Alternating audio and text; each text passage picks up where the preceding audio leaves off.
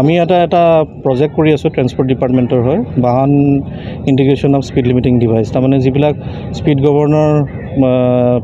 Public transport ভেহিকেলত লাগে তাৰে বাহন সংলগ্নকৰণ প্ৰক্ৰিয়াটো আমি ইয়াতে কৰি আছোঁ আৰু ASTCৰ লগত আমাৰ কলাবৰেশ্যন আছে গোটেই অসমতে আমাৰ ASTC যিমানবিলাক ডিপো আৰু ইয়াৰ্ড আছে তাতে আমাৰ ডিভাইচবিলাক লগোৱা হয় আৰু তাৰপিছত বাহন সংলগ্নকৰণ কৰা হয় এওঁলোক আহিছে এতিয়া বেলেগ ষ্টেটৰ পৰা তেওঁলোকক মেইনলি লিড কৰিছে CIRT central institute of road transport এইটো তাৰমানে আপোনাৰ মৰ্থৰ যি 5টা ডেজিগনেটেড টেষ্টিং এজেঞ্চি আছে তাৰে ভিতৰত এটা CIRT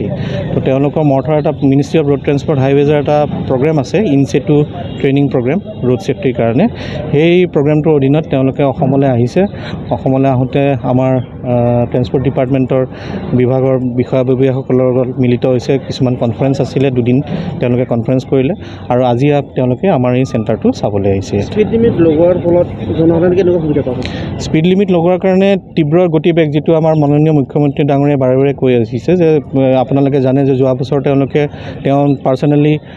31 ডিচেম্বৰত এটা হেৰিও লৈছিলে ড্ৰাইভো লৈছিলে ড্ৰাংক এণ্ড ড্ৰাইভিং আৰু অভাৰ স্পীডিং হ'ব নালাগে বুলি তো যিবিলাক আপোনাৰ পাব্লিক ট্ৰেন্সপৰ্ট ভেহিকেল থাকে নৰ্মেলি ট্ৰাক বা বাছ এইবিলাকে ডাম্পাৰবিলাক স্পেচিয়েলি তেওঁলোকে বহুত তীব্ৰ গতিবেগত চলায় আৰু তাৰ কাৰণে বহুত এক্সিডেণ্ট হয় মৰ্থৰ এটা ডাটা ৰিলিজ হৈছিলে 2021ত য'ত কোৱা হৈছিলে যে 74% যিমানবিলাক টোটেল যিমান এক্সিডেণ্ট হয় তাৰে 74%ই অভাৰ স্পীডিঙৰ কাৰণে আৰু 67% যিবিলাক নেশ্যনেল হাইৱেত আপোনাৰ মৃত্যু হয় তাৰে টোটেল ধৰ 67% আপোনাৰ অভাৰ স্পীডিঙৰ কাৰণে হয় গতিকে গতিবেগ ৰোধ কৰাটো এটা বহুত ডাঙৰ দায়িত্ব আমাৰ সমাজৰ কাৰণে গতিকে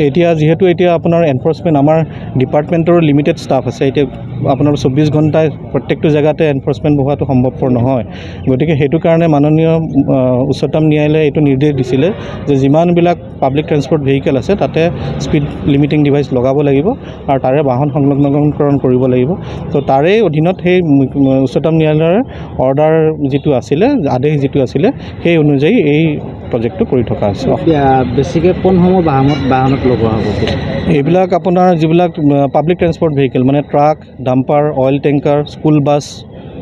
আপোনাৰ যিবিলাক এই পেচেঞ্জাৰ ভেহিকেল আছে ধৰক ওলা উবেৰ যিবিলাক চালে টেক্সি কেব সেইবিলাকত লগোৱা হৈছে কিছুমান আছে আপোনাৰ যিবোৰ স্পীড লিমিট লগোৱা স্বত্তেও মানে স্পীড লিমিট তেখেতসকলে অতিক্ৰম কৰি কেনে এতিয়াও বাহনসমূহ চলায় এইটোত এটা সমস্যা আছে যে একচুৱেলি মাননীয় উচ্চতম ন্যায়ালয়ে কৈছিলে যে যেতিয়া গাড়ী এখনে নৰ্মেলি যিখন পাব্লিক ট্ৰেন্সপৰ্ট ভেহিকেল হয় সেইখনে প্ৰত্যেক 2 বছৰৰ মূৰে ফিটনেছ ল'বলৈ আহিব লাগে গতিকে ফিটনেছ লোৱাৰ আগতে এই যন্ত্ৰটো লগোৱাটো আৰু বাহন সংলগ্নকৰণটো বাধ্যতামূলক এতিয়া কথাটো হ'ল কি যে ডিভাইচটো লগোৱাৰ পাছত আমাৰ MVI-সকলে গাড়ীখন চায় এতিয়া চোৱাৰ পাছত যদি কোনোবাই ডিভাইচটো টেম্পাৰ কৰে সেইটোত অলপ এটা প্ৰব্লেম এটা আছে এতিয়া সেইটো আমাৰ ইনফেক্ট 4-5 মাহৰ আগতে ইয়াতে আমাৰ চেণ্টাৰৰ সন্মুখতে বেতকুছিত এটা এনফৰ্চমেণ্ট ড্ৰাইভো বহিছিলে যাতে য'ত বহুতবিলাক গাড়ী আমাৰ ধৰিছিলে পেনাল্টিও দিয়া হৈছিলে কোনোবাই যদি SLD তাৰমানে টেম্পাৰ কৰে 10,000 টকা পেনাল্টি আছে আৰু মানে তেওঁৰ ফিটনেছখন কেঞ্চেল হৈ যায় তো সেইবিলাক ব্যৱস্থা লোৱা হৈছে কিন্তু আপোনালোকেতো জানেই আৰু চবেই ছিষ্টেমৰ কিবা নহয় কিবা এটা লুপ হল উলিয়াই লয় গতিকে সেইবিলাক আছে তো তাৰপিছতো আমি অলপ প্ৰয়াস কৰিছোঁ যাতে এইটো মানে এনফৰ্চ কৰিব পাৰি নিশা হ'লে ডাম্পাৰৰ দূৰত্ব বাঢ়ি যায় অভাৰ স্পীডত গাড়ী চলায় কেনেকুৱা ব্যৱস্থা ল'ব যিবিলাক এতিয়া ধৰক আমাৰ এতিয়া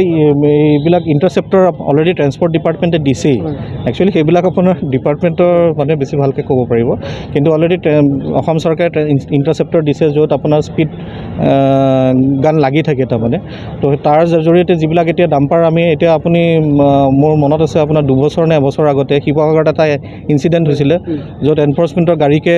ডাম্পাৰে উৰাই দিছিলে ঠিক আছে গতিকে তেনেকুৱা প্ৰব্লেম আছে তো চৰকাৰৰ ফালৰ পৰা যথেষ্টখিনি কৰি আছে কিন্তু এই স্পীড লিমিটিং ডিভাইচটো যদি প্ৰপাৰলি ইমপ্লিমেণ্ট হয় তেতিয়াহ'লে এই তীব্ৰ গতিবেগৰ যিটো সমস্যা আছে সেইখিনি যথেষ্টখিনি সমাধান কৰিব পৰা যাব CIT on behalf of MOT has conducted this program for on-road safety management.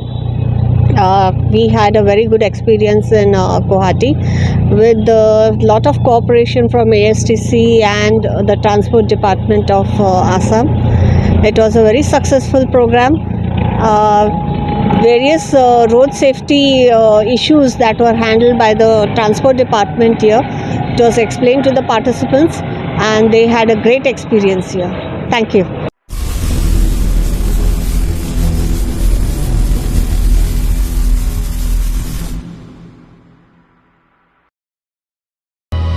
অসমবাসী তথা ডিমৰীয়াবাসীৰ বাবে সুখবৰ কামৰূপ মহানগৰ জিলাৰ সোণাপুৰত স্থাপন ডিমছ হাস্পতাল এণ্ড নাৰ্ছিং হোম উপলব্ধ বিভাগসমূহ general medicine gynaecology general and laparoscopic surgery orthopaedic surgery paediatrics and neonatology palliative medicine pain clinic dermatology ENT urology দুৰ্ঘটনা আৰু জৰুৰীকালীন সেৱাৰ বাবে 24 ঘণ্টাৰ উপলব্ধ ডিমছ হাস্পতাল এণ্ড নাৰ্ছিং হোম অত্যাধুনিক সা সুবিধাৰে পৰিপূৰ্ণ ডিমছ হাস্পতাল এণ্ড নাৰ্ছিং হোমত উপলব্ধ digital X-ray 24 hours pathology ECG PAC clinic 24 hours RMO doctors ঠিকনা বৰঘাট সোণাপুৰ কামৰূপ মহানগৰ জিলা যোগাযোগৰ নম্বৰ 8009040080